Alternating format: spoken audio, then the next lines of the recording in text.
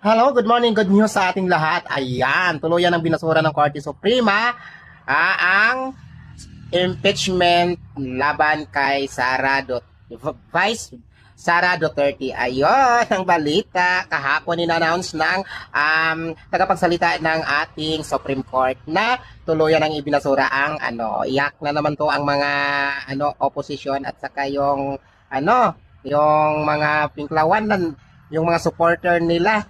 Ayan, mag-iyakan, mag-comment na naman yan sa mga news.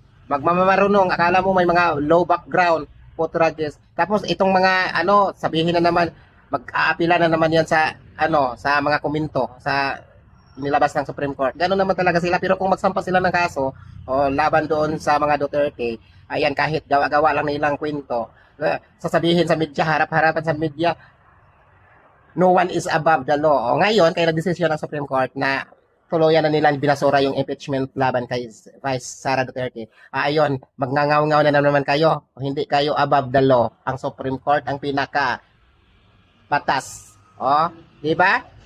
Please like and share.